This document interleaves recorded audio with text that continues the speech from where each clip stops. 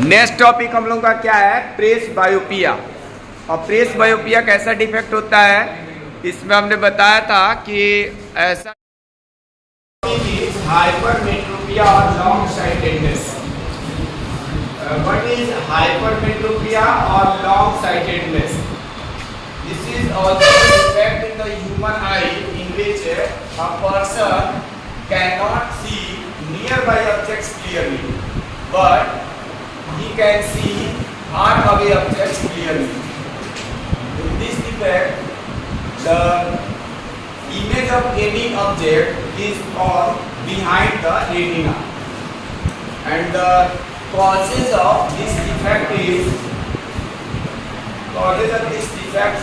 focal length of the eye lens becomes too long,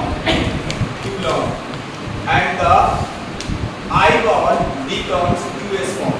यानी हम लोग का जो आई बॉल होता है उसका साइज बहुत छोटा हो जाता है और फोकल लेंथ क्या होता है, बहुत ज़्यादा बढ़ जाता है।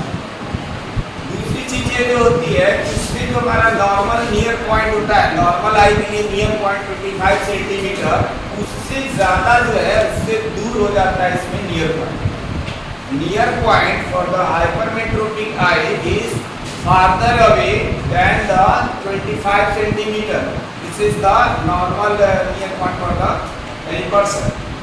And how can the hypermetropic eye can be corrected?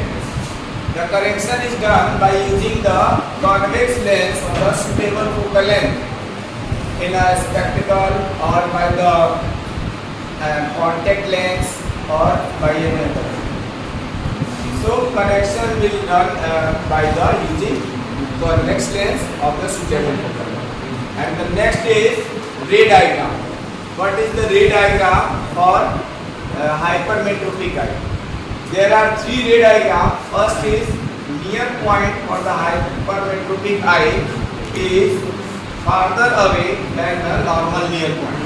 That is, in hypermetropic eye, the near point will change and it is more than the 25 centimeter.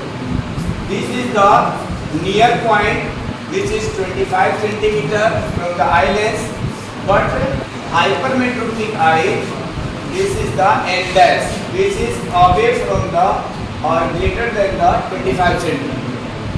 At this condition, the image of any object is formed at the retina. When a person keep any object beyond the 25 centimeter, then the image of that object is formed at the retina. And the second is hypermetropic eye. Ray diagram for this: if the object is placed at the near point,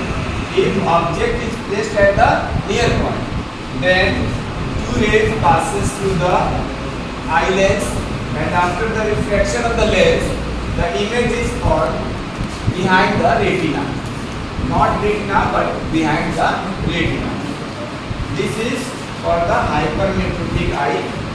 And the third figure is correction of the hypermetropic eye. This is done by the using a convex lens. तो convex lens का हम लोग use करके कैसे करते हैं? जैसे हम लोग convex lens का यूज करेंगे, नियर पॉइंट 25 सेंटीमीटर होगा, तो यहाँ से इस लेंस के द्वारा, इस कॉन्वेक्स लेंस के द्वारा यहाँ पे क्या होगा, रिफ्लेक्शन होगा, और एक बार यहाँ से रिफ्लेक्शन होगा, ये रेज को थोड़ा सा पास में लाएगा यानी कन्वर्ज करेगा, और फिर दोबारा जो है ना इस आई लेंस के द्वारा कन्वर्जन होगा, और तब ये एग्जैक्ट रेटिना पर इसका इमेज बनेगा। अब इसको बैकवर्ड डायरेक्शन में बढ़ाएंगे इस रे को, तो कुछ इस तरह से, ठीक है। तो इस तरह से तीन चीजें बताए, एक बार फिर से रिपीट कर देता हूँ। हाइपरमेट्रोपिक आई लेंस का ऐसा डिफेक्ट होता है जिसमें नियर बाई ऑब्जेक्ट्स कोई पर्सन जो है क्लियरली नहीं देख पाता है, फार अवे ऑब्जेक्ट्स को देख सकता है। इसमें ऑब्जेक्ट का अगर कोई ऑब्जेक्ट नियर पॉइंट पे रखा गया होता है तो उसका इमेज रेटिना से पीछे होता है। इसके अलावा इसमें नियर पॉइंट होता है हाइपरमेट्रोपिक आई के लिए 25 सेंटीमीटर से ज़्यादा होता है। इसके कॉजेज कौन कौन से होते हैं? कॉजेज होता है फोकल लेंथ जो है आई लेंस का बहुत ज़्यादा हो जाता है, और दूसरा कॉजेज होता है आई बॉल का साइज होता है बहुत छोटा हो जाता है। करेक्शन कैसे किया जाता है? करेक्शन हम लोग करते हैं by using the convex lens of the suitable focal length. And रे डायग्राम में हमने 3 बातें बताई। हमने 3 बातें ये बताई कि अगर किसी पर्सन के आई में हाइपरमेट्रोपिक डिफेक्ट है तो 25 सेंटीमीटर से दूर अगर कोई ऑब्जेक्ट होती है तो इसमें नियर पॉइंट चेंज हो जाता है। दूर रखी गई है तब तो वो क्लियरली या कंफर्टेबली देख सकता है ऑब्जेक्ट का। कहने का मतलब इमेज जो है रेटिना पर कम हो जाता है। लेकिन अगर 25 सेंटीमीटर पे रखी होती है तो हाइपरमेट्रोपिक आई के लिए इमेज का फॉर्मेशन रेटिना के पीछे होता है। और थर्ड हमने बताया अगर हम लोग कॉन्वेक्स लेंस यूज कर देते हैं तो एक बार तो इस नॉर्मल पॉइंट से जो रे चलती है उसका एक बार कन्वर्जन होता है यानी रिफ्लेक्शन होकर के और रे थोड़ा पास आती है। और दूसरा जो होता है आई लेंस में भी एक कॉन्वेक्स लेंस ही होता है शुरू में था तो फिर यहाँ से भी एक बार कन्वर्ज होता है और तब ये एग्जैक्ट डेटा पे इसका जाकर के इमेज। तो ये 3 कंडीशन है, ठीक है। पर्सन जो है नियर बाई ऑब्जेक्ट्स को भी क्लियरली नहीं देख पाता है और फार अवे ऑब्जेक्ट्स को भी क्लियरली नहीं देख पाता। दोनों तरह का इसमें डिफेक्ट होता है और उसके लिए क्या किया जाता है बाई फोकल लेंथ का लेंस प्रयोग करते हैं। यानी कि इसमें एक जो है कॉन्वेक्स लेंस भी होता है और दूसरा कॉन्केव लेंस भी होता है। अपर वाला जो है लेंस का जो अपर पार्ट होता है वो कैसा होता है कॉन्केव होता है, जबकि लोअर पार्ट क्या होता है कॉन्वेक्स होता है। अपर पार्ट कॉन्केव होने से दूर की ऑब्जेक्ट को यानी कि जो मायोपिया होता है उसको करेक्ट करने के लिए काम आता है। क्योंकि तुम लोग पढ़े हो कि मायोपिया में या शॉर्ट साइटेडनेस में हम लोग कॉन्केव लेंस का प्रयोग करते हैं जो दूर की ऑब्जेक्ट क्लियरली दिखने लगे। तो ये जो upper part of the lens होता है यहाँ पे कॉन्केव लेंस यूज करते हैं, जबकि जो लोअर पार्ट होता है ना लेंस का ये कॉन्वेक्स लेंस होता है।